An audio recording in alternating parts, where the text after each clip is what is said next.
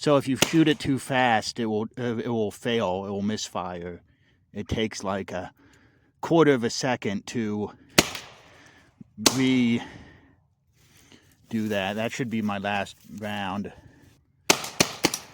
One thing I realized in my first video about the Pistelle X-68 is that I neglected to show how fast it can fire, how much it can really do at close range, and how many shots you can get from one CO2 can.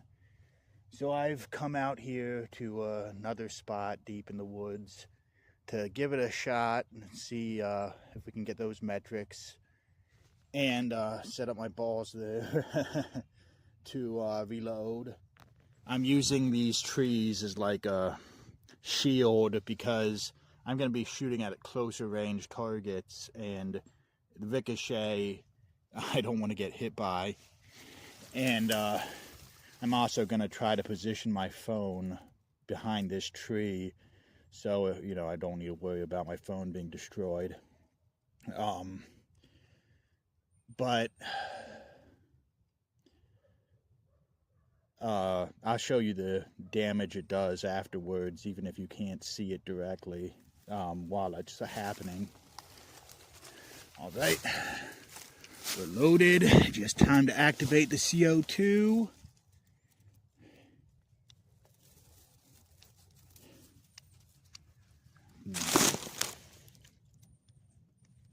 You need to make sure the cap is nice and tight before you can activate the CO2 by pressing it.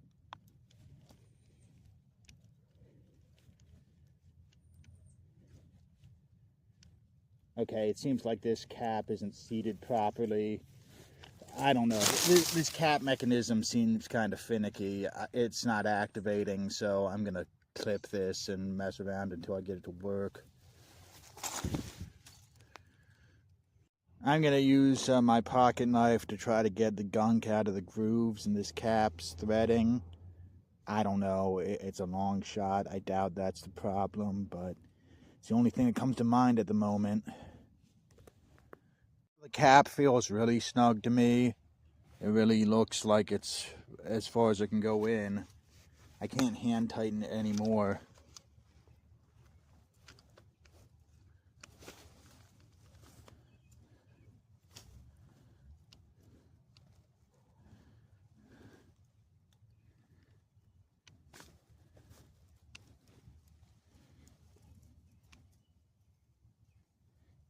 I might need to look at the owner's manual, or maybe this needs some sort of maintenance done. It looks like something's wrong with this CO2 can because it's got the spot where you can see it was tried to puncture it with the cap, but it's not activating. So I'm going to put in a new CO2. Another thing,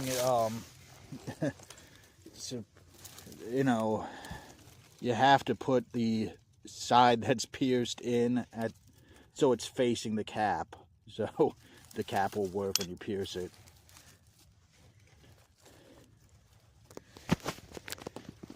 Honestly, screwing this stuff in and out is probably the most time-consuming part of loading and reloading this.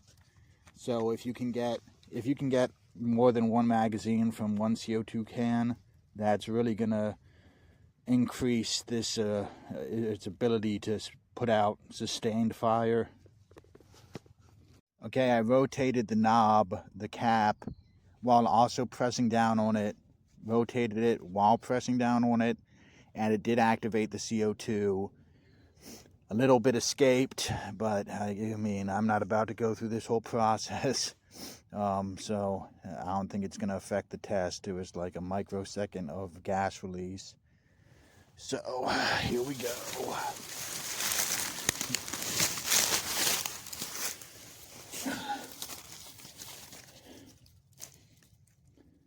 I'm going to try to aim for that small tree, and I'm keeping myself out of view to prevent as much minimal exposure as possible. So if you shoot it too fast, it will fail. It will misfire. It takes like a quarter of a second to redo that. That should be my last round.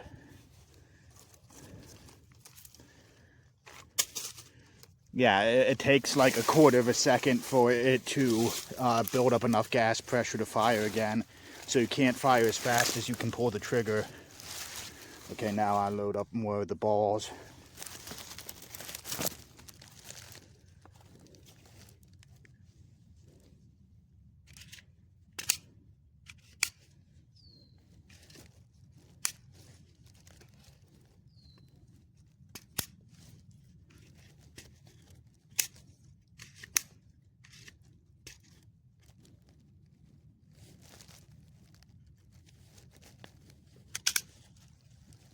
Okay, this is annoying.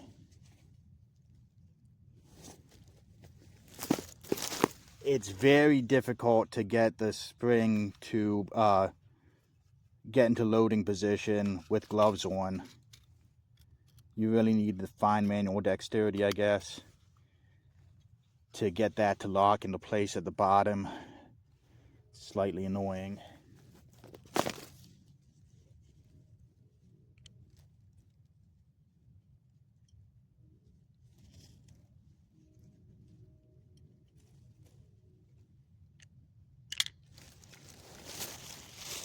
But once you got that set up, the balls just drop right in.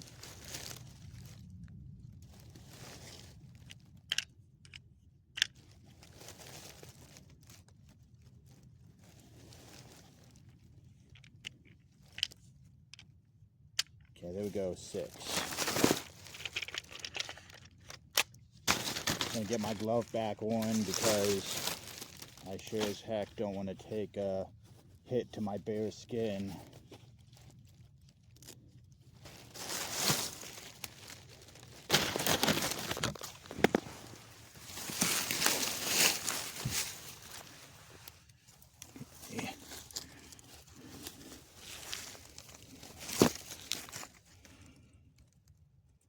Now to aim this, I like, it's got those highlighted spots. Try to focus your eyes on those and line up the rear sight and the front sight. Okay, there we go.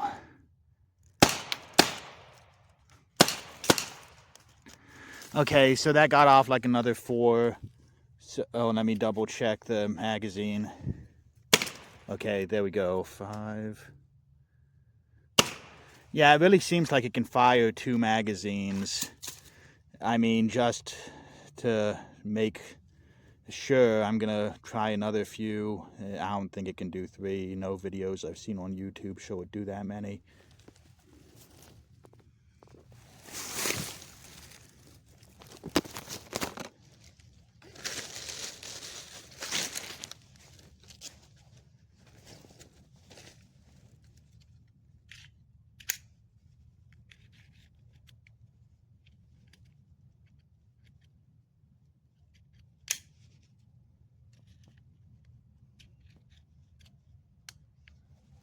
So you kind of need to like slide this little peg into that the side hole. Now that's why it's so hard to do with gloves. It takes a little bit of manual dexterity to do that.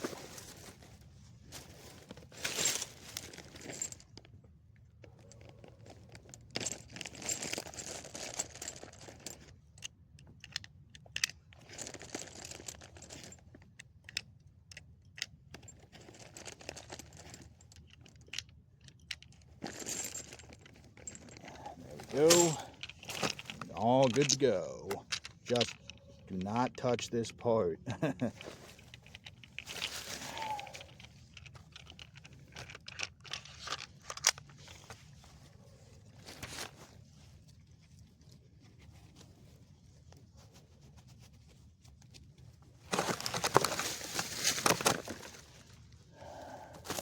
See if this can go for 3rd magazine.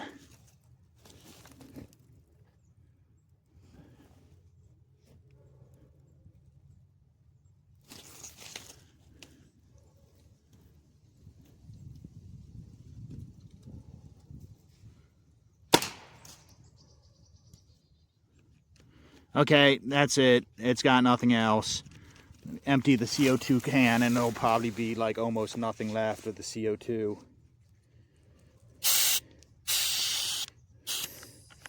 Yeah, as you can see, much less gas release than in my first video.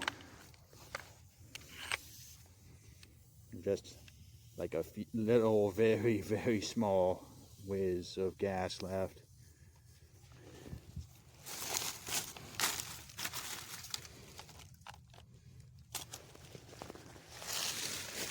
I don't even know if I hit anything, but let me check just to see.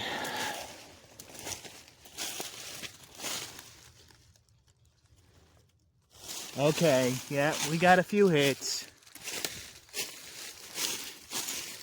Wow, yeah, if that was your skin, you would be bleeding. This stuff is gonna get through old bark, younger wood, spring wood. The Pistelle X-68, it's no joke. Don't believe the self-defense forums on the internet seem to be overrun with people who are obsessed with the idea of shooting someone dead. Okay? In Baltimore on the streets, just walking around as an everyday guy, all the people who come harass me are normally just homeless bums or mentally deranged who more than likely can't even own a firearm. Legally, they're probably not permitted to because of their criminal history, and they probably don't have the money or social connections to get an illegal gun. And to be real, if someone's going to pull a gun on you, what? If you have your own gun, if they're actually trying to kill you, like at random on the street, they're gonna do it. Like, let's just be real. You're not gonna do some sort of quick draw McGraw stuff and get them before they get you. Not to say that there's not a place for lethal force, but I don't see the Pistelle X-68 as being useless just because it doesn't have the power of an actual pistol.